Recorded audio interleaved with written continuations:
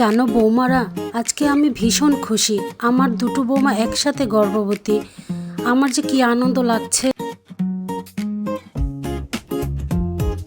আনন্দ পাচ্ছি তোমাদেরকে বলে বোঝাতে পারবো না। হ্যাঁ মা, আমরা অনেক খুশি। হ্যাঁ বৌমা, এটা তো খুশিরই কথা। আর তাছাড়া আমি আনন্দ পাবো না কেন? আমার একসাথে দুটো নাতি, এটা হতে চলেছে। এর থেকে বড় আনন্দ আর কিছুই হতে পারে না। এ কি মা, আপনি কেমন করে জানলেন যে আপনার দুটো নাতি হবে? এমনও তো হতে পারে আপনার ঘরে দুটো নাতনি হলো না। বৌমা এমন কথা বললো না। আমি নাতনি চাই না। আমার দুই বৌমা যেন দুটো পুত্র সন্তানের জন্ম দেয়। এছাড়া আমার আর কিছুই চাওয়ার নেই। মা বললেই তো আর পুত্র সন্তানের জন্ম দেওয়া যায় না। সব কিছুই তো উপরওয়ালার হাতে। উপরওয়ালা যা চাইবেন তাই হবে। আমরা বললে তো আর আপনার জন্য পুত্র সন্তান এনে দিতে পারি না। দেখো বৌমা, এত কথা আমি শুনতে চাই না। আমি যখন বলেছি আমার পুত্র সন্তান চাই, তো পুত্র সন্তানই চাই। আমার যেন দুটো নাতি হয়। আর শোনো, দুজনকেই বলে রাখছি, ভালো করে শুনে রাখো। তোমাদের গর্ভকালীন অবস্থায় তাই তোমাদের যত্নের কোনো ত্রুটি আমি রাখবো না। তোমাদের সংসারের কোনো কাজও আমি করতে দেব না। বাড়ির সমস্ত কাজ আমি একাই করব। তবে আমি কিন্তু নাতি চাই। আর যদি নাতনি হয় তাহলে কিন্তু সেই নাতনিকে আমি গ্রহণ করব না। এরপর রীতা দেবীর বড় বৌমা রান্না করতে বসলে তখনই রীতা দেবী বললেন, এ কি বৌমা, তুমি রান্না করতে বসেছো কেন? তোমাকে না বারবার বলেছি তোমরা এখন বিশ্রাম নাও। সব সময় তোমাদের বিশ্রামের প্রয়োজন। কাজকর্ম যা আছে সব আমাকে করতে হবে। তোমরা বরং সারাদিন বিশ্রাম নাও। খাবার তোমার ঘরে রেখে এসেছি। আমার দুটো নাতি হতে চলেছে। আর তোমরা যদি এই সময় বাড়ির কাজ করতে থাকো তাহলে আমার নাতিরা অনেক কষ্ট পাবে। এটা হতে দেয়া যাবে না। তুমি যাও, রান্নাটা রেখে নিশ্চিন্তে যাও। কিছুক্ষণ পর রীতা দেবীর ছোট বৌমা যখন থালা বাসন পরিষ্কার করতে বসে, ছোট বৌমা, তোমাদের কি কানে কথা যায় না? আমি তো বারবার করে বলেই দিয়েছি বাড়ির কোনো কাজে তোমরা হাত দেবে না। তোমরা এখন বিশ্রাম করবে, শুধুমাত্র বিশ্রাম। বাড়ির সমস্ত কাজ আমি করব। তোমাদের কাজে আর কিছুই চাওয়ার নেই আমার। শুধু এতটুকুই চাই বৌমা, আমাকে দুই নাতি উপহার দাও। যাও যাও, তুমি এখান থেকে যাও, আমি কাজটা সেরে নিচ্ছি। কিছু দিনের মধ্যে রীতা দেবীর ছোট বৌমা একটু অসুস্থ হয়ে পড়ে। এ কি ছোট বৌমা, শরীরটা খারাপ লাগছে? হ্যাঁ দিদি, শরীরটা একটু খারাপ লাগছে। আমার মনে হচ্ছে আমার একটু ডাক্তার বাবুর কাছে যাওয়া উচিত। হ্যাঁ রে ছোট, আমারও তাই মনে হচ্ছে। আমারও অনেক দিন থেকে যাওয়ার জন্য মনটা কেমন হচ্ছে। না জানি আমার গর্ভের সন্তান কেমন আছে। একটু যদি ডাক্তারের কাছ থেকে চেক আপ করে আসতে পারতাম তাহলে একটু শান্তি পেতাম। হ্যাঁ দিদি, আমারও তো শরীরটা তেমন ভালো লাগছে না। আমারও তো ডাক্তারের কাছে যেতে হবে। চলো বরং আমরা দুই যা একসাথে ডাক্তারের কাছে থেকে ঘুরে আসি। এ কি বৌমারা, তোমরা কোথায় যাচ্ছ? এই অসময়ে তোমাদের তো বিশ্রাম করার কথা। আর তোমরা এই সময় কোথায় যাচ্ছ শুনি? মা, ছোট শরীরটা একটু খারাপ, ও ডাক্তারের কাছে চেক আপের জন্য যাবে বলেছিল। আর তাছাড়া আমি অনেক দিন থেকে চেক আপ করানোর জন্য অপেক্ষা করছিলাম। যেহেতু ছোট যাচ্ছে তাই ভাবলাম ওর সাথে আমিও যাই। না না, তোমরা একলা যাবে না। মানে এই সময় তোমাদের কত সাবধানে থাকতে হবে। তোমরা এভাবে একা, আমি কোন ভরসায় ছাড়বো শুনি? চলো, তোমাদেরকে আমি নিয়ে যাই। না হলে কোনো অসুবিধাই হলে তখন আমি কাকে কি বলবো? তোমাদের সাথে আমি যাব। এরপর ডাক্তার চেক আপ করলেন রীতা দেবীর দুই ছেলের বউকে এবং জানালেন রীতা দেবীর বড় বৌমার গর্ভে পুত্র সন্তান এবং রীতা দেবীর ছোট বৌমার ঘরে কন্যা সন্তান। এই কথা শুনেই রীতা দেবীর মাথা আকাশ ভেঙে পড়ল। কয়েক মাস পর, না না, আমি কত আশা করেছিলাম আমি একসাথে দুটো নাতির মুখ দেখব, কিন্তু ছোট বৌমা আমার সমস্ত আশায় জল ঢেলে দিল। ওই জন্য বলি, ছোট বৌমা কেন সেদিন মুখে মুখে এত কথা বলছিল? আসলে ও আগে থেকে জানতো ও একটা কন্যা সন্তান জন্ম দিতে চলেছে। আমি তো এসব মেনে নেব না। আমার পুত্র সন্তান চাই মানে পুত্র সন্তানই চাই। এটা কি বলছেন মা? আমি যদি কন্যা সন্তানের জন্ম দিই তাহলে কি ক্ষতি হবে বলুন তো? হ্যাঁ মা, ছোট তো ঠিকই কথা বলেছে। এগুলো আমাদের নিজের হাতে থাকে না, এগুলো উপরওয়ালার ইচ্ছা। উনি যাকে যেমন দেবেন তাকে তেমন নিয়ে সন্তুষ্ট থাকতে হবে, কিন্তু এটাতে তো আমাদের কোনো হাত নেই। আপনি এমন করে ছোটকে বকবেন না মা। চুপ করো বড় বৌমা, আমার যা কথা বলার আমি ছোট বৌমার সাথে কথা বলে নিচ্ছি। তুমি যাও মা, গিয়ে বিশ্রাম করো। তুমি যদি বেশি কষ্ট পাও তাহলে তোমার থেকে বেশি আমার নাতি কষ্ট পাবে। মা, আমি কি এমন অপরাধ করেছি? আমার গর্ভে কন্যা সন্তান জন্ম নিচ্ছে, এটাই কি আমার অপরাধ? হ্যাঁ বৌমা, এটাই তোমার সব থেকে বড় অপরাধ। আমি তোমাদের প্রথম থেকে বলে আসছি আমার পুত্র সন্তান চাই, কিন্তু তুমি তো পুত্র সন্তান জন্ম দিতে অক্ষম, তুমি তো কন্যা সন্তান জন্ম দিচ্ছ, আর এটাই হচ্ছে তোমার সব থেকে বড় অপরাধ। মা, আপনি যদি আমার গর্ভের কন্যা সন্তান জন্ম দেওয়াটাকে অপরাধ মনে করেন তাহলে ঠিক আছে, এই অপরাধই আমি করতে চাই কিছুদিন পর। এই কি ছোট বউ, যাও গিয়ে রান্নাটা চাপিয়ে দাও। মা, আমার শরীরটা আজকে তেমন একটা ভালো না, আর তাছাড়া দিনের পর দিন শরীরের কষ্টটা বাড়ছে। আমি কেমন করে বসাবো মা? আমি বসে রান্না করতে আমার খুবই কষ্ট হবে। দেখো বৌমা, তোমার কষ্ট হবে কি? তাহলে কি হয়েছে? দেখো, তোমার কোনো কাজ নেই। বাবা, তুমি যাও গিয়ে রান্না করো। আমার বড় বৌমাকে সময় মতো খেতে দিতে হবে, তা না হলে আমার নাতিটা যে অনেক কষ্ট পাবে। তুমি যাও গিয়ে রান্নাটা চাপিয়ে দাও। মা, আজকে যদি আপনি একটু রান্নাটা করে নিতেন তাহলে ভালো হতো মা। আমার শরীরের অবস্থা তেমন একটা ভালো নয়। দেখো বৌমা, অমন শরীর ভালো না রাখাই ঠিক আছে। যে গর্ভে তোমার কন্যা সন্তান আছে, সেই গর্ভের আবার বিশ্রামের কোনো প্রয়োজন নেই। যাও যাও, তোমার অত কথা শুনতে আমি চাই না। তুমি যাও গিয়ে রান্নাটা বসিয়ে দাও। কিছুদিন পর, বৌমা যাও পুকুর পাড়ে যাও, গিয়ে এক কলসে জল নিয়ে আসো। আর বাড়িতে কিছু জামা কাপড় ময়লা হয়েছে, সেই সব জামা কাপড়গুলো তাড়াতাড়ি করে পরিষ্কার করে দাও। মা, আমি এখন পুকুর পাড়ে জল আনতে যাব? আপনি কেমন করে বললেন মা? আমার শরীরের অবস্থা ভালো নেই, আর আপনি আমাকে জল আনতে পুকুর পাড়ে যেতে বলছেন? হ্যাঁ, জল আনতে পুকুর পাড়ে যেতে বলছি। তো কি হয়েছে? আমি কি কোনো অপরাধ করে ফেলেছি? না মা, আপনি অপরাধ করবেন কেন? যত অপরাধ তো আমি করেছি, কারণ আমার গর্ভে কন্যা সন্তান জন্ম নিচ্ছে, তাই বড় অপরাধটাই আমার। হ্যাঁ বৌমা, তাহলে ঠিকই বুঝেছ, তোমারই বড় অপরাধ। তুমি যদি আজ পুত্র সন্তানের জন্ম দিতে তাহলে আমি অনেক খুশি হতাম, কিন্তু তুমি আমাকে হতাশ করেছ, কন্যা সন্তানের জন্ম দিতে চলেছ। তাই বাড়ির সমস্ত কাজ তোমাকেই করতে হবে মা। মা, আমিও যেমন বাচ্চার জন্ম দিতে চলেছি, দিদিও তো তেমন। দিদিকে তুমি সবসময় বিশ্রামে রাখো আর আমাকে দিয়ে কাজ করিয়ে নাও। কেন মা, আমি কি বিশ্রামের প্রয়োজন নেই? তোমার আবার কিসের বিশ্রাম? দরকার নেই বিশ্রাম নেওয়ার। বাড়ির সমস্ত কাজ তুমি করবে। ঠিক আছে, মানছি, বাড়ির সব কাজ আমি করব, কিন্তু আপনিও তো আমাকে একটু সাহায্য করতে পারেন। আপনি আমাকে সাহায্য করলে কাজগুলো অনেক সহজ হয়ে যায়। আমারও তো কষ্ট হয় মা, এমন সময় একটু বিশ্রামের প্রয়োজন হয়, কিন্তু আমি তো তা পারি না মা। না, তোমার বিশ্রাম নেয়ার দরকার নেই। তোমাকে যে কথা বলেছি সেই কথাটা শোনো। যাও গিয়ে পুকুর পাড় থেকে জল নিয়ে আসো আর কিছু কাপড় চোপড় পরিষ্কার করে আসো। এই কি বৌদি, তুমি এই সময় জামা কাপড় পরিষ্কার করতে বসেছো? তোমার কষ্ট হয় না? না না, আমার কোনো কষ্ট হয় না। আরে বাড়িতে জামা কাপড়গুলো অনেক ময়লা হয়েছে, তাই পরিষ্কার করতে এনেছি। সবই তো বুঝলাম, কিন্তু তোমার বড় যাকে তো দেখি না বাড়ির কোনো কাজ করতে। বাড়ির সব কাজ তো তোমাকেই করতে হয়। না না, বিষয়টা এমন না।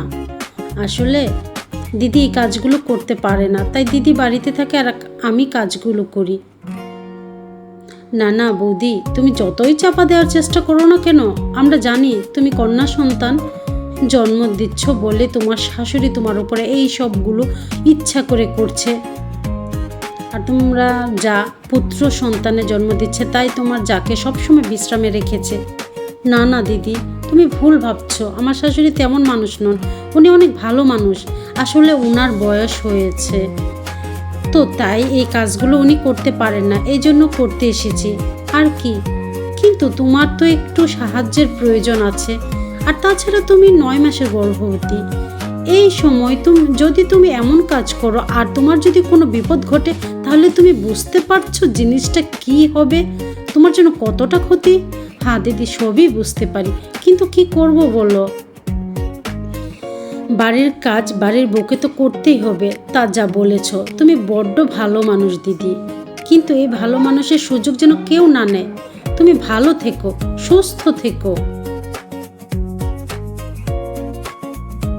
কি গো, তোমার মন খারাপ? কিছু হয়নি বললে কি হবে, আমি তো সবই দেখতে পাচ্ছি। তোমার বৌদি শরীরটাকে বিশ্রামে রেখেছে, আর তোমাকে বাড়ির সমস্ত কাজ মা ইচ্ছে করেই তোমাকে দিয়ে করিয়ে নিচ্ছে। কি করব বলো, আমি যে কন্যা সন্তানের জন্ম দিতে যাচ্ছি, আর এটাই আমার সব থেকে বড় অপরাধ। কে বলেছে এটা অপরাধ? কন্যা সন্তানের পিতা হব আমি, এর থেকে খুশির তার কিছুই হতে পারে না। মা যাই বলো, আমি তো খুশি, এটাই তো তোমার কাছে অনেক। হ্যাঁ গো, তুমি খুশি আছো বলেই তো মনটা দিন শেষে অনেক শান্তি পায়। কিন্তু মা যে এই জিনিসটা বুঝতেই চেষ্টা করছে না, শুধুমাত্র চায় নাতি।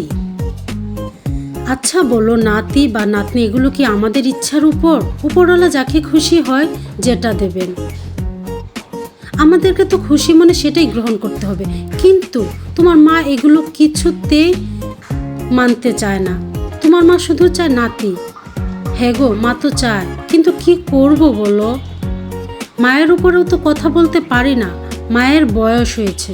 হ্যাঁ, মায়ের উপরে আমিও কোনো কথা বলতে পারি না, কিন্তু কি আর করার, কপালে যা আছে তাই হবে। তবে আমি এইটুকু চাই, আমার সন্তান যেন সুস্থ স্বাভাবিকভাবে এই দুনিয়ার মুখ দেখে। এছাড়া আর কিছুই চাই না। মা হয়তো আজ খুশি আমার উপরে, কিন্তু একদিন তুমি দেখো মা অনেক খুশি হবে এবং নাতনিকে নিয়ে অনেক গর্ব করবে। এমনভাবে দেখতে দেখতে 5টি বছর কেটে গেল। রীতা দেবীর বড় বৌমা পুত্র সন্তানের মা হয় এবং ছোট বৌমা কন্যা সন্তানের মা হয়। এই তুই আমার বললে হাত দিয়েছিস কেন? তোর এত বড় সাহস? দাদা, আমি তো এমন কোনো কিছুই করিনি, আমি তো শুধুমাত্র তোমার বলে হাত দিয়েছি। এই রাতে কি এমন অপরাধ করেছি দাদা? তুই অপরাধ করিসনি মানে? তুই আমার বলটাতে হাত দিয়েছিস। দাঁড়া, আমি এক্ষুনি ঠাকুমার কাছে যাব। না দাদা, ঠাকুমার কাছে যেও না, ঠাকুমা শুনলে এক্ষুনি আমাকে অনেক বকাঝকা করবে। হ্যাঁ রে, আমি তো এটাই চাই যে তোকেই বেশি করে বকু। দাঁড়া, আমি এক্ষুনি রাখছি। দাদু ভাই, তোমাকে আর ডাকতে হবে না, আমি এসে গেছি। তুই আমার নাতির বলে হাত দিয়েছিস কেন? তোর কত বড় সাহস? তোকে না বলেছি আমার নাতির আশেপাশে ঘুরঘুর করবি না, সব সময় তোর মায়ের কাছেই থাকবি, আর তুই কি না আমার নাতির বলে হাত দিয়েছিস? ঠাকুমা, এমন করে বলো না। আমার সারাদিন মায়ের কাছে থাকতে আর ভালো লাগে না, আমারও তো একটু খেলতে মন চায়। বাইরেও তো তুমি আমাকে যেতে দাও না, শুধুমাত্র শুভদাদার সাথে একটু খেলতে চাই। তাও যদি তোমরা আমাকে বারণ করো, তাহলে আমি কোথায় যাব ঠাকুমা? এই, কোথায় যাবি সেটা তুই দেখে নে। তুই আমার নাতির জিনিসপত্রের দিকে চোখ তুলেও তাকাবি না। ঠাকুমা, তুমি তো শুভদাদার জন্য কত কিছু কিনে দাও, কিন্তু আজ পর্যন্ত তুমি আমাকে কিচ্ছু কিনে দাওনি। সেদিন তোমার কাছে কত আবদার করলাম আমাকে একটা পুতুল কিনে দিতে, কিন্তু তুমি আমাকে কিছুই কিনে দাওনি ঠাকুমা। এই, তুই মেয়ে মানুষ, তোর আবার খেলনা কিসের রে? যা, মায়ের সাথে হাতে হাতে কাজ, রান্না বান্না কর, এইগুলো হচ্ছে তোর কাজ। আমার নাতিকে আমি ভালো রাখলে আমার নাতি আমাদেরকে দেখবে, বড় হয়ে আমার নাতি আমাদের মুখ উজ্জ্বল করবে। মা জানো, আজকে আমি একটু শুভদাদার বলটা নিয়েছিলাম বলে শুভদাদা আমাকে কতই বকাঝকা করলো। কেন মা, আমি কি ভুল করেছি? শুধুই তো শুভদাদার বলটা একটু নিয়েছি। মারে, তুই কেন ওদের কাছে গিয়েছিস? শুভর বলে হাত দেওয়ার কি দরকার ছিল মা? আমার সামর্থ্য অনুযায়ী আমি তোকে যেটা কিনে দেব তুই সেটা নিয়েই খেলা করবি মা। শুভর জিনিসে হাত দেওয়ার তোর কোনো দরকার নেই মা। তুমি আমাকে কবে থেকে কিনে দেবে করছো? আজ পর্যন্ত আমার একটাও কিছু কিনে দেওনি। আমার তো খেলা করার কিচ্ছু নেই মা। আমি কি নিয়ে খেলবো? কষ্ট পাস না মা, আমি তোকে কথা দিচ্ছি, আমি আজই তোকে একটা পুতুল কিনে দিব। তোর শুভর কাছে যাওয়ার কোনো দরকার নেই, তুই সারাদিন পুতুলটা নিয়ে খেলবি। তাই মা? তাহলে তো খুবই মজা হবে। তুমি আমাকে একটা পুতুল কিনে দিলে আমি সারাদিন সেই পুতুলটা নিয়েই খেলা করব। আমাকে আরেকটু ভাত দেবে? এই ভাত খাওয়া কিসের রে? মেয়ে মানুষে এত খেতে পারিস কি করে? কেন ঠাকুমা, আমার যদি খেতে ইচ্ছা হয় তাও কি আমি খেতে পারবো না? এই মেয়ে মানুষের এত খাওয়া কিসের? সবসময় কম খাওয়ার চেষ্টা করবি, বুঝেছিস? ঠাকুমা, আমাকে একটু ভাত দাও তো। হে বাবা, দিচ্ছি আমার সোনা বাবা।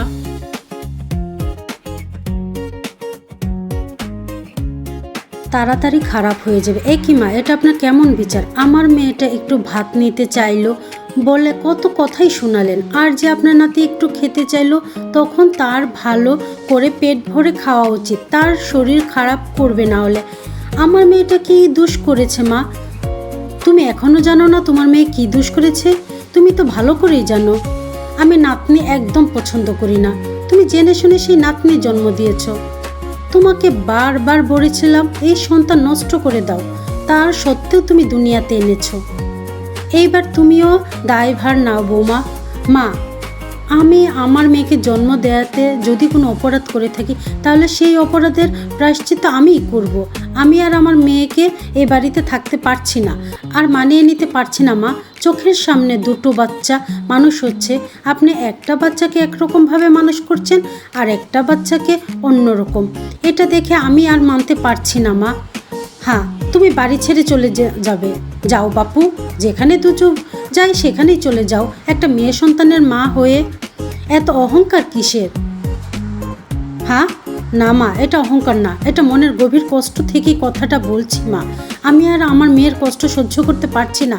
সে তো কিছু আবদার করেনি মা, সে শুধু দুমুঠো ভাত খেতে চেয়েছে। আপনি তাকে এমন করে কথা শোনালেন মা।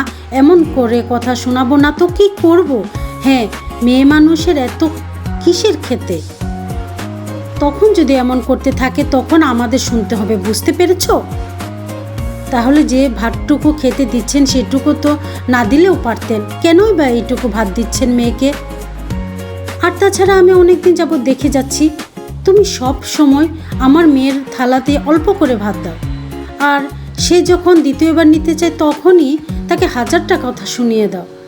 একটা মা হয়ে কেমন করে মেয়ের এই খাওয়ার কষ্ট মেনে নিতে পারি বলো তো মা? আজ থেকে তোমার খাওয়া তুমি রেখে দাও মা, আর আমি ভালো করে মেয়ের খরচ আর মেয়ের খাওয়ার দিকে তোমাদের খেয়াল রাখতে হবে না। আমি আজকে আমার মেয়েকে নিয়ে চলে যাব, কিছু হোক আর না হোক। আমার মেয়েটাকে দুবেলা দুমুঠো পেট ভরে খেতে দিতে পারবো, এর যে শান্তি আমি আর কোথাও পাবো না মা। হ্যাঁ, যাও যাও, এত রাগ ভালো নয়। এমনভাবেই 20টা বছর কেটে গেল। বাবা শুভ, শুন না বাবা, কি হয়েছে তাড়াতাড়ি বলো, আমার এত দাঁড়ানোর সময় নেই। বাবা রে, আমার শরীরটা খুব খারাপ লাগছে রে বাবা, আমাকে একটু ডাক্তারের কাছে নিয়ে যাবে। সব সময় শুধু ওষুধ আর ডাক্তার, এই দিয়েই তোমার জীবন। কেন ঠাকুমা, 2-4 দিন কি ওষুধ ছাড়া থাকা যায় না? না রে বাবা, আমার ওষুধ না হলে যে আমি বাঁচবো না। আমার শরীরটা অনেক খারাপ আর বয়সও হয়েছে বাবা, আমাকে একটু ডাক্তারের কাছে নিয়ে যা। ডাক্তারের কাছে নিয়ে যাবি করে এই তো 2 মাস হয়ে গেল বাবা। হ্যাঁ ঠাকুমা, 2 মাস কেন, তুমি আর 4 মাস অপেক্ষা করো। এত ঘন ঘন তোমার চিকিৎসা গ্রহণ আমি করাতে পারবো না বাবা। তোর বাপ মাটা অকালে মারা গেছে, আমি এখন তোর কাছেই থাকি বাবা। আমাকে যদি তুই না দেখাশোনা করিস তাহলে কে করবে বাবা? আমাকে একটু ডাক্তারের কাছে নিয়ে চল না বাবা। হ্যাঁ ঠাকুমা, তোমার ভার আমি আর বহন করতে পারছি না। তুমি বরং এই বাড়ি ছেড়ে অন্য কোথাও চলে যাও। তোমার ভার বহন করা যে আমি নিঃস্ব হয়ে যাচ্ছি। এ কি বাবা শুভ, তুই এমন কথা বলছিস? আমি এই বাড়ি ছেড়ে কোথায় যাব বাবা? কোথায় যাবে মানে? তোমার যেখানে যেতে ইচ্ছে হয় তুমি সেখানেই যাও, কিন্তু আমি তোমাকে আর রাখতে পারবো না। আর সামনে আমি বিয়ে করতে চলেছি, আর আমার বউ এসে যদি... ঠাকুমা, তুমি কেন বুঝতে পারছো না? আমার বউ অনেক বড় ঘরের মেয়ে, শিক্ষিত, আর এসে যদি তোমার শরীর খারাপ, তোমার ভার বহন করতে হয়, তাহলে সে আমায় প্রকাশ করে বলেছে তার আগে এখান থেকে চলে যাও। শুভ, তুই এমন করে বলছিস বাবা? ছোট থেকে আমি তোকে কত কষ্ট করে মানুষ করেছি, তোর বাপ মা অকালেই মরে গিয়েছে, আর তুই কি না আমাকে এমন কথা বলছিস বাবা? হ্যাঁ ঠাকুমা, আমি বলতে বাধ্য হচ্ছি। তোমাকে এই বাড়ি থেকে না বের করে দিলে আমার স্ত্রী আবার এই বাড়িতে ফিরে আসবে না। কথাটা আমি অনেক দিন ধরে বলবো ভাবছি, কিন্তু তো বলাই হচ্ছে না। আজই বলে দিলাম, তুমি চলে যাও ঠাকুমা, তোমাকে আমি আর রাখতে পারছি না। না রে বাবা, আমার ডাক্তার দেখাতে হবে না, এই বাড়িতে একটা কোনায় আমাকে রেখে দে বাবা। আমি তোমাকে বলছি মানে তোমাকে এই বাড়ি ছেড়ে যেতেই হবে। এরপর হৃদা দেবী তার ছোট বৌমার কাছে আসে। এ কি মা, আপনি কিছু কি বলবেন? আসলে বৌমা, আমাকে একটু তোমাদের কাছে থাকতে দেবে মা। কেন মা, আমাদের কাছে থাকতে এসেছেন? আপনার নাতির কাছে থাকলেন না? বৌমা, আমার নাতি আমাকে ওই বাড়ি থেকে বের করে দিয়েছে, শুধুমাত্র একটু চিকিৎসার জন্য ডাক্তারের কাছে নিয়ে যেতে বলেছিলাম। কিন্তু আমার শুভ নাকি বিয়ে করবে অনেক ধনী মেয়ের সাথে, আর সেই মেয়ে নাকি আমাকে বাড়িতে রাখলে বিয়ে করবে না, তাই আমাকে বের করে দিল। বৌমা, আমাকে এখানে থাকতে দেবে মা? আপনি ছোট থেকে নাতিকে এত ভালোবাসা দিয়ে মানুষ করলেন, আর সেই নাতি আপনাকে দেখলো না মা? আমার মেয়েটার উপরে আপনি কতই না অবিচার করেছেন। মেয়ে বলে গর্ভকালীন অবস্থায় আমার উপরেও কম নির্যাতন আপনি করেননি, আর সেই দিন শেষে আমাদের কাছেই আপনি আশ্রয় নিতে এসেছেন। মা, ঠাকুমাকে এমন করে বলো না মা। ঠাকুমা অনেক কষ্ট পেয়ে তবেই আমাদের কাছে এসেছে মা, তুমি এমন করে আর বলো না। লক্ষ্মী মা, আমার লক্ষ্মী মা, আমাকে ক্ষমা করে দে। তোর মন মানসিকতা খুবই ভালো, আমার অনেক বড় ভুল হয়েছে। লক্ষ্মী, আমাকে ক্ষমা করে দে মা। না ঠাকুমা, ক্ষমা চাওয়ার কিচ্ছু নেই। আমি ভাবতাম আমার নাতি আমাকে বৃদ্ধকালে দেখবে, কিন্তু না, আমি সম্পূর্ণ ভুল ছিলাম। আমার নাতনির কাছেই আমাকে ঠাঁই হলো না। ঠিক আছে মা, আপনি আজ থেকে আমাদের সাথেই থাকুন। হ্যাঁ ঠাকুমা, তোমার সমস্ত চিকিৎসা দেখভাল আমরাই করব। আমি একটা ভালো কাজ করি ঠাকুমা, আমাদের খাওয়া পড়া মাখাতে কোনো অসুবিধা হবে না। এরপর থেকে ছোট বৌমা এবং নাতনির সাথে তাদের বাড়িতে থাকতে লাগলো।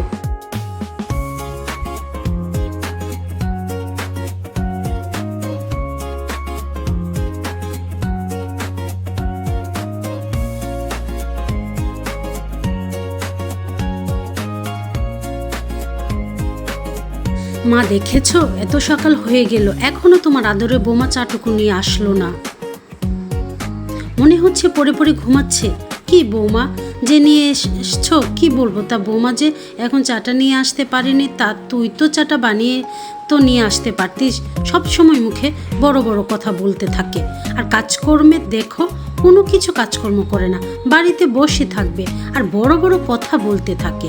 কেন? চাটা তুই বানিয়ে নিয়ে আসলে কি বা ক্ষতি হয়ে যেত? এই কারণে খুব রাগ করে আমার, বুঝতে পেরেছ তো মা? আমার উপর এরকম করতেই থাকো কেন?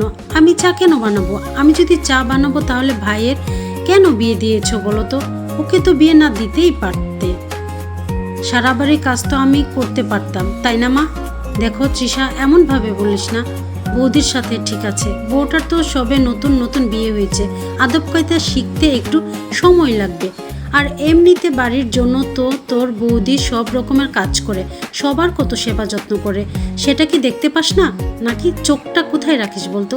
দেখো মা, সে আমার জানা আছে বৌদি সবার কত যত্ন করে, ঠিক আছে, আর সবসময় দাদার সামনে ভালো সাজার নাটক করে। ভালো সাজলে তো নাম কিনতে পারবে, তাই না মা?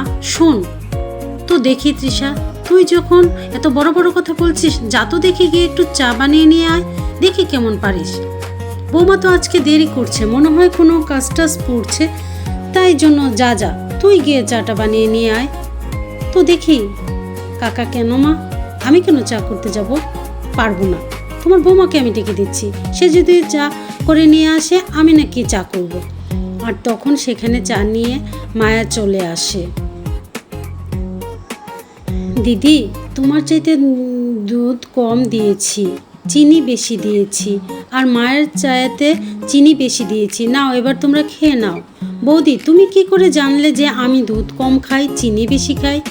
আমি তোমার দাদার কাছ থেকে সব কিছু জেনে নিয়েছি, কে কি পছন্দ করে না করে সব কিছু জেনে নিয়েছি, তার জন্যই বানাতে আমার কোনো অসুবিধা হয়নি। তা বৌমা, আজকে যে চা আনতে এত দেরি হলো, কি করছিলে বলো তো? মা, সকালে উঠে আমি একবার আপনার ঘরে থেকে ঘুরে গিয়েছিলাম, দেখছিলাম যে আপনি ঘুমাচ্ছিলেন, তারপর ভাবলাম যে একটু পরে চা দিয়ে যাচ্ছি, তারপর যে সংসারে সব কাজ করতে করতে একটু আসতে দেরি হয়ে গেল, ক্ষমা করবেন। না বৌমা, কোনো অসুবিধা নেই, এই সংসারটা সবার, তাই সবাই একসাথে মিলেমিশে তো থাকতে হবে। বলো কেন বৌদি? আমি তো সকাল সকাল উঠেছিলাম, তাহলে আমাকে কেন চা দাওনি বলো তো দেখি? সত্যি কথা বলতে তৃষা, তখন আমি ভেবেছি যে একসঙ্গেই চাটা দিয়ে দেব, তার জন্য আমি বললাম যখন মায়ের জন্য নিয়ে যাব তখন তোমার জন্য বানিয়ে দেব, সেজন্য আমি আর করিনি। কিন্তু ঠিক আছে, আমার ভুল হয়েছে, আমি পরের বার থেকে তোমাকে দেখলে তোমাকে প্রথমে চা দিয়ে দেব, আর মা যখন উঠবে তারপর মায়ের চা বানিয়ে দেব। তৃষা, তুই কোথাকার ভিআইপি যে তুই উঠলে সঙ্গে সঙ্গে তোকে চা বানিয়ে দিতে হবে? শোন, একটা কথা কান খুলে শুনে রাখ, তোকেও 2 দিন পর বিয়ে দেব, তাই বলছি অতটা বেশি এখানে ফুটানি মারুনি। ঠিক আছে, শ্বশুরবাড়িতে কি কেমন হবে না হবে সেটা জানো না, এখন থেকে কাজ করা শেখো, বুঝেছো? এমনভাবে দেখতে দেখতে বেশ কিছুদিন কেটে যায়। তবে একদিন তৃষা আর মায়া দুজনে বাজারে গিয়ে হাট বাজার করে বাড়িতে এসে তার শাশুড়ি মাকে বলতে থাকে, বৌমা, আজকের বাজার থেকে কি আনলে মা?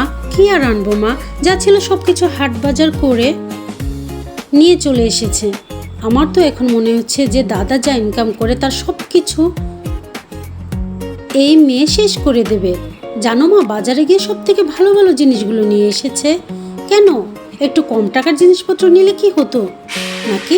না মা, দামি জিনিস কিছুই আনিনি, শুধু একটু দেখে দেখে ভালো ভালো সবজি নিয়ে এসেছি, যাতে পচা সবজি নিয়ে আসিনি।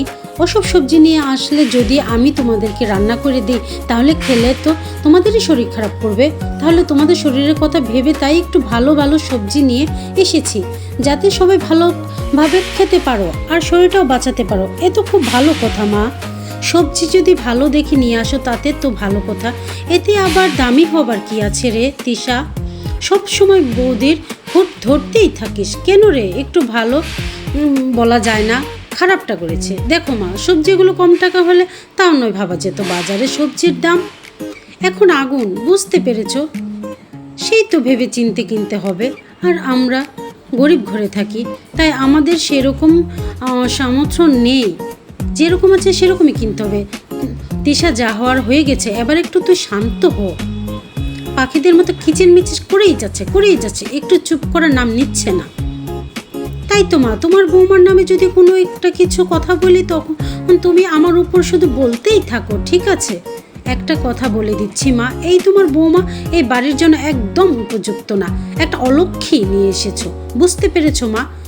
ও এই বাড়ির জন্য শুভ লক্ষ্মী নয়। হ্যাঁ দেখ তৃষা, আর যদি বেশি কথা বলিস না, আমার মনে হয় এবার তোকে একটা বিয়ে দেওয়া উচিত, তাড়াতাড়ি তোর জন্য একটা সম্বন্ধ দেখে এই বাড়ি থেকে বিদায় করব।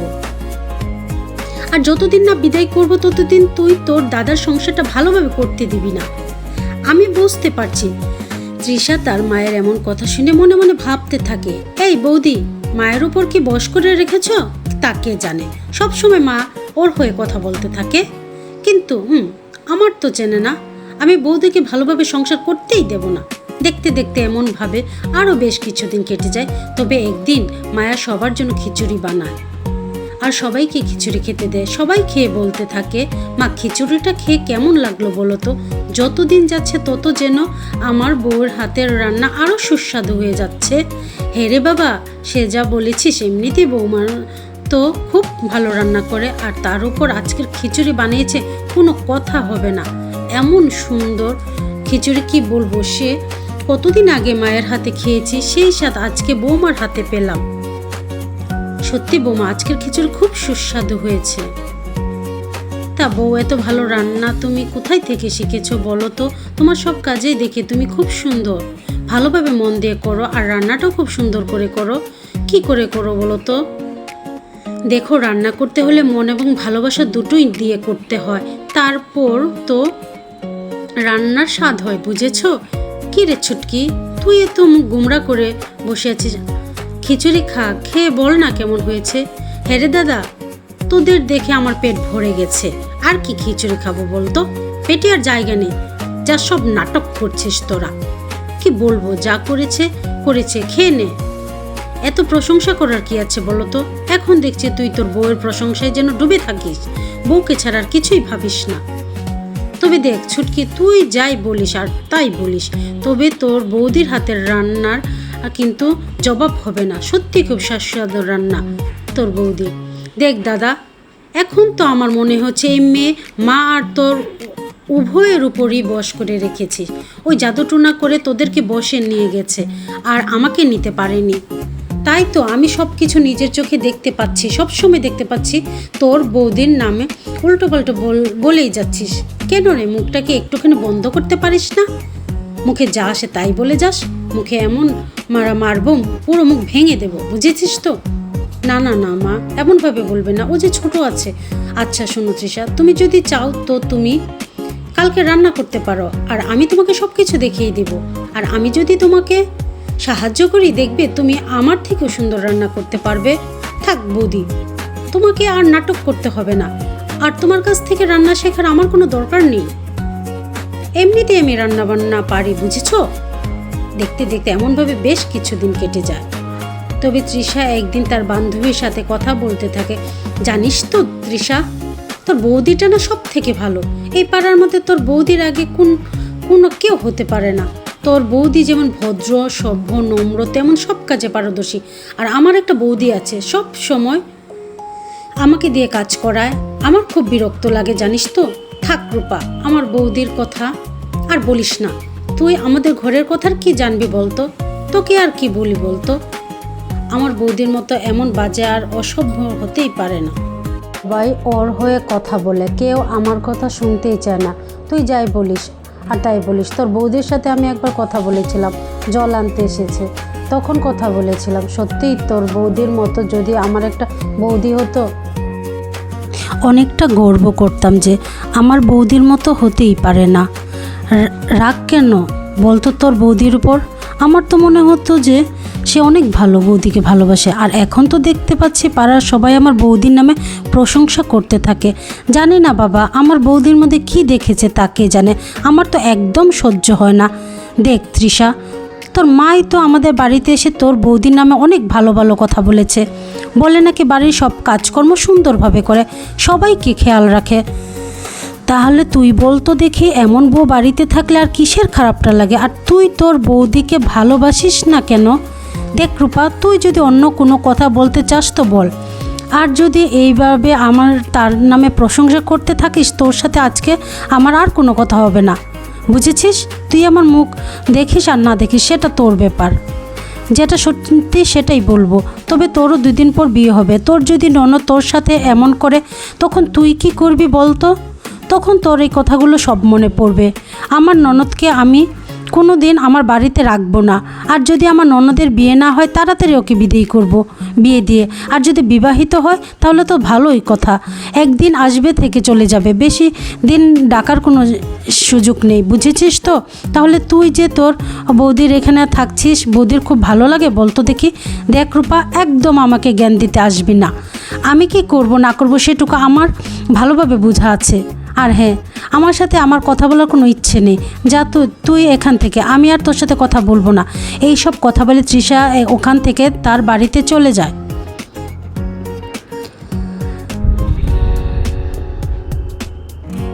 দেখতে দেখতে এমনভাবে বেশ কিছুদিন কেটে যায়। তবে একদিন সরলা যে তার দিদির বাড়িতে যাওয়ার জন্য রওনা দিয়ে দেয়, আর বাড়িতে ছিল শুধুমাত্র তৃষা এবং তার বৌদি।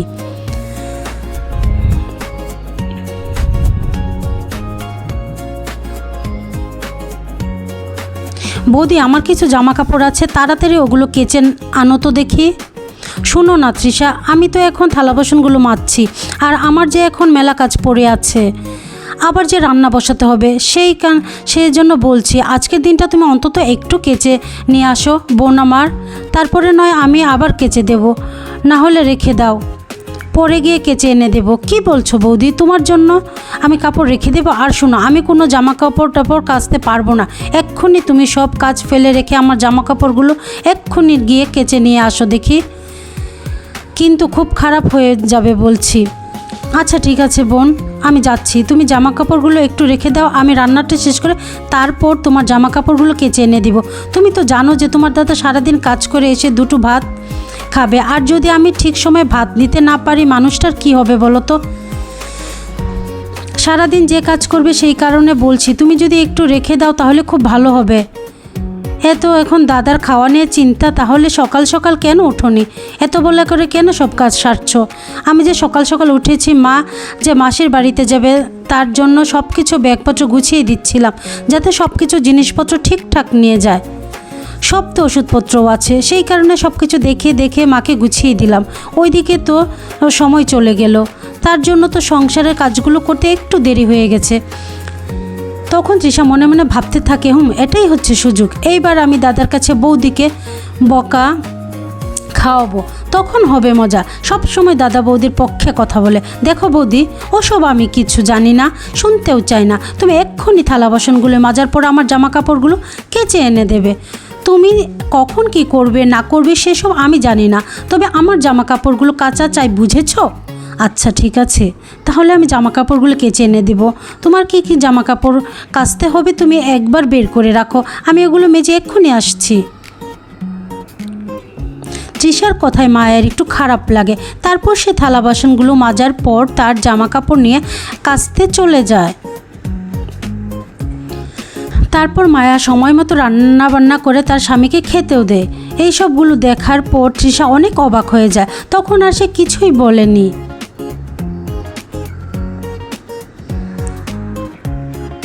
জানো তো, আমি তো বাড়ির সবার কাজ করে দিই, সবার মন রাখার জন্য সব কিছু মেনে নিই, কিন্তু তারপরে তৃষা বোন আমার সাথে ভালোভাবে কথা বলতে পারে না, আমাকে দেখলে যেন খুব রেগে যায়। কিন্তু কেন? আমি তো এমন কোনো কিছু করিনি যে আমাকে দেখলে এমন কেন করবে। কেন গিন্নি, কি হলো আবার? আজকের মা মাসির বাড়িতে গিয়েছে, তাই মায়ের আমি কাজ করতে করতে একটু দেরি হয়ে গেছে। তৃষার কিছু জামা কাপড় ছিল, আমাকে কাচার কথা বলেছে, কিন্তু আমি বলেছিলাম যে একটু রাখো, পরে কেচে দেব, কিন্তু ও শুনলো না, আমার সাথে খুব একটা বাজে ব্যবহার করলো, আর আমাকে বললো যে এক্ষুনি জামা কাপড়গুলোকে চেনে দিতে হবে। তুমি বলো, মানুষকে তো একটু বুঝতে হবে, আমি তো এক হাতে কত কাজ করছি, ও তো আমাকে একটু সাহায্য করতে পারতো। সে কি বলছো গিন্নি? তাহলে তৃষা তোমার সাথে এমন ব্যবহার করেছে? সকালটা হতে দাও, তারপর আমি তৃষাকে দেখে নেব। না না, তুমি বলতে যেও না, তাহলে ও অনেক কষ্ট পাবে। এক্ষুনি বলবো যে তোমার কাছে নালিশ করেছি, আবার ঝামেলা হবে। না না থাক, তুমি এমনিভাবে দেখো, দরকার নেই। আর এমনিতেই কদিন পর তো ওর বিয়েও হয়ে যাবে, একটা ভালো ছেলে দেখে ওকে বিয়ে দিতে পারি, তাহলে খুব ভালো হবে গো। ও সেখানে সুখে শান্তিতে ঘরও করতে পারবে। দেখো গিন্নি, আমি তো তৃষার জন্য ভালো ছেলে খুঁজছি, যদি একবার ভালো ছেলের সন্ধান পেয়ে যাই তবে যত তাড়াতাড়ি সম্ভব তৃষাকে আমি বিয়ে দিয়ে দেব। হ্যাঁ গো, তুমি একদম ঠিকই কথা বলেছ, ওকে একটা ভালো পরিবার, ভালো ছেলে দেখে বিয়ে দিতে হবে। দেখতে দেখতে এমনভাবে বেশ কিছু মাস কেটে যায়। একটা ছেলে দেখে তৃষার বিয়েও দিয়ে দেয়।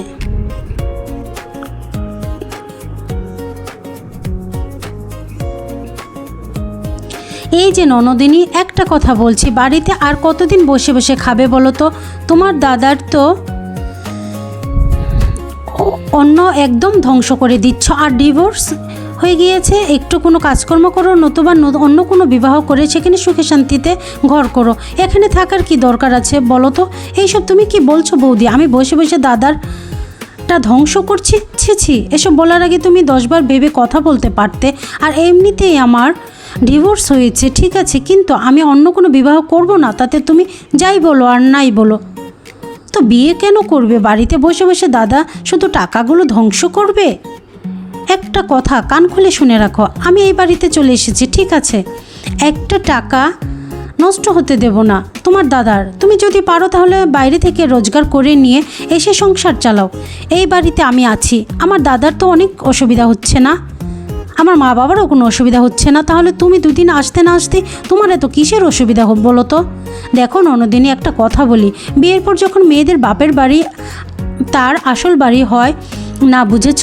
আর এটা এখন তোমার বাড়ি না, এটা এখন আমার বাড়ি হয়ে গেছে, আর আমি এখন এই বাড়ির বউ, তাই এই বাড়িটাও আমার। আর তখন সেখানে তার শাশুড়ি চলে আসে। দেখো নতুন বউ, অনেকক্ষণ ধরে তোমার চিৎকার গলার আওয়াজ শুনতে পাচ্ছি, আজ পর্যন্ত এই বাড়িতে এত চিৎকার গলার আওয়াজ কারো শুনি নাই। যেদিন থেকে তুমি এসেছো সেদিন থেকে গলার আওয়াজটা পেতে থাকি। তা এত কি সমস্যা বলো তো? আমার মেয়ে এই বাড়িতে আছে, তা দেখুন মা, এই বাড়িতে কেউ বসে বসে খাবে সেটা আমি কখনো মেনে নেব না। যদি সে তার সংসার চালাতে চায় তাহলে বাড়ি থেকে খেটে রোজগার করে নিয়ে এসে তারপর খাবে। দেখো বৌমা, তুমি এমন একটা ভাব করছো যেন এই বাড়িটা তোমার বাড়ি, তাই আমরা তোমার দয়াতেই বেঁচে আছি। রাখো বৌমা, এই বাড়িটা এখনও তোমার শ্বশুরের নামেই আছে, তাই তোমার কোনো অধিকার নেই মেয়েকে এই বাড়ি থেকে তাড়ানো, বুঝেছ? আর যদি তুমি বেশি তেড়িবেড়ি করে তোমাকে বাপের বাড়ি পাঠিয়ে দেবো, এরকম ধরনের বৌমা আমরা চাই না, বুঝছো? শাশুড়ি মায়ের মুখ থেকে এমন কথা শোনার পর তিশা একটু ভয় পেয়ে যায়, তারপর সে চুপচাপ হয়ে যায়। তবে বৌমা, একটা কথা মনে রেখো, আজকে পর থেকে বাড়ির সব কাজ তোমাকেই করতে হবে, আমরা তোমাকে কেউ কোনো সাহায্য করব না। আর হ্যাঁ, আজকের পর থেকে বাড়ির যে কটা কাজের লোক আছে সবাইকে ছাড়িয়ে দিব, কারণ তোমাকে বুঝিয়ে দিতে হবে তোমার জায়গাটা, বুঝেছ তো? তারপর থেকে তৃষা বাড়ির সব কাজ এক হাতে সামলাতে থাকে। দেখতে দেখতে এমনভাবে বেশ কিছুদিন কেটে যায়। তবে তৃষা রান্নাবান্না করে তার পরিবারকে খেতে দেয়, সবাই খেতে বলতে থাকে। তাই এ কি রান্না করেছো বৌমা? এইসব মানুষে খায় নাকি? তোমার মুখে তো বলি চপর চপর করে বলতে থাকো, কিন্তু কাজকর্মে তো ভালো পারদর্শী নই। একটু রান্নাটা যদি ভালোভাবে শিখে রাখতে পারতে একটা হতো। তা সবসময় কি এরকম অহংকার নিয়ে চলছে নাকি বলো তো? কেন মা, আমি কি রান্না ঠিকঠাক করছি না? আর ভালোভাবেই করেছি, তাহলে আপনি খারাপ কেন বলছেন? খেতে বসবে তখন একবার মুখে দিয়ে দেখো যে কি রান্না তুমি একবার করেছো। কেন রান্না করার সময় কি তরকারি একবার চেখে দেখতে পারো না যে সব কিছু ঠিকঠাক দিয়েছো নাকি? থাক না মা, ছেড়ে দাও। বৌদি হয়তো কোনো খেয়ালে রান্না করছিল, তাই সে এটা করেছে, তাই রান্নাটা তো ভালো হয়নি। পরের বার থেকে বৌদি ভালোভাবে রান্না করবে। এবার চুপ করে যাও তো মা। কেন রে, আমি চুপ করব? যদি ছোট ছোট ভুলগুলো না ধরিয়ে দিই তাহলে পরবর্তীকালে তো আরও বড় বড় ভুল করবে। মা, আমার ভুল হয়ে গেছে, আপনি এতটা রাগ করবেন না। এবার থেকে আমি রান্না করব, সব দিক খেয়াল রেখে রান্না করব, ভেবে চিন্তে সব কিছু চেক করে রান্না করব মা। তারপর তৃষা মনে মনে ভাবতে থাকে যে তার বৌদির সাথে সে অনেক খারাপ ব্যবহার করেছিল, তখন তার বৌদি কোনো কিছুই তাকে বলেনি, সব কিছু মেনে নিয়েছিল। এমনভাবে তৃষা তার টুকটাক কাজের জন্য ভুল হলেই শাশুড়ির মায়ের কাছ থেকে বকা খেত। দেখতেই দেখতে এমনভাবে বেশ কিছুদিন কেটে যায়। তবে তৃষা তার শাশুড়ির মায়ের কাছে এসে বলতে থাকে, বলছিলাম যে মা, অনেক দিন তো হয়ে গেছে, এখনও একবারও বিয়ের পর থেকে বাপের বাড়িতে যাইনি, তাই বলছিলাম যে বাপের বাড়িতে গিয়ে 2 দিন থেকে আসি। মা, আপনারা যদি অনুমতি দেন তাহলে খুব ভালো হবে। তা বৌমা, তুমি যদি বাপের বাড়িতে চলে যাও তাহলে বাড়ির সব কাজগুলো কে সামলাবে বলো তো দেখি? রান্না বান্না এগুলো কে করবে মা? 2 দিনের ব্যাপার, আমি 2 দিন থেকেই চলে আসব।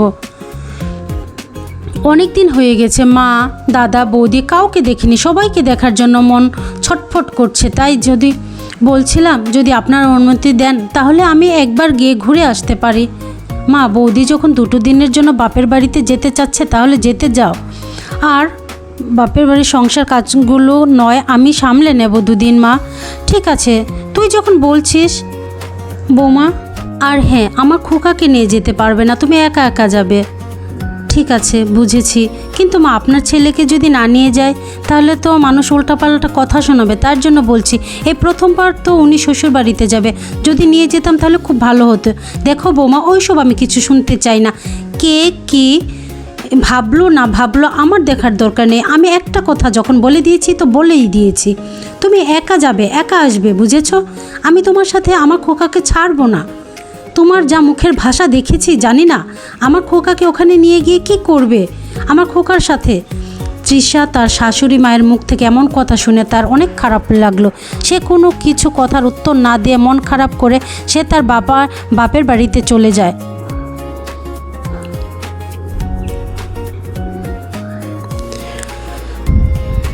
কী রে মা, তুই যে একা এসেছিস, জামাই বাবাকে যে তোর সাথে দেখতে পাচ্ছি না। জামাই বাবা আবার কোথায় গেল? না মা, তোমার জামাই আমার সাথে আসেনি। আমার শাশুড়ি মা ওনার ছেলেকে আমার সাথে পাঠায়নি এখানে। কিন্তু কেন রে মা, কি হয়েছে বল তো দেখি? জামাই বাবাকে কেন তোর সাথে পাঠায়নি?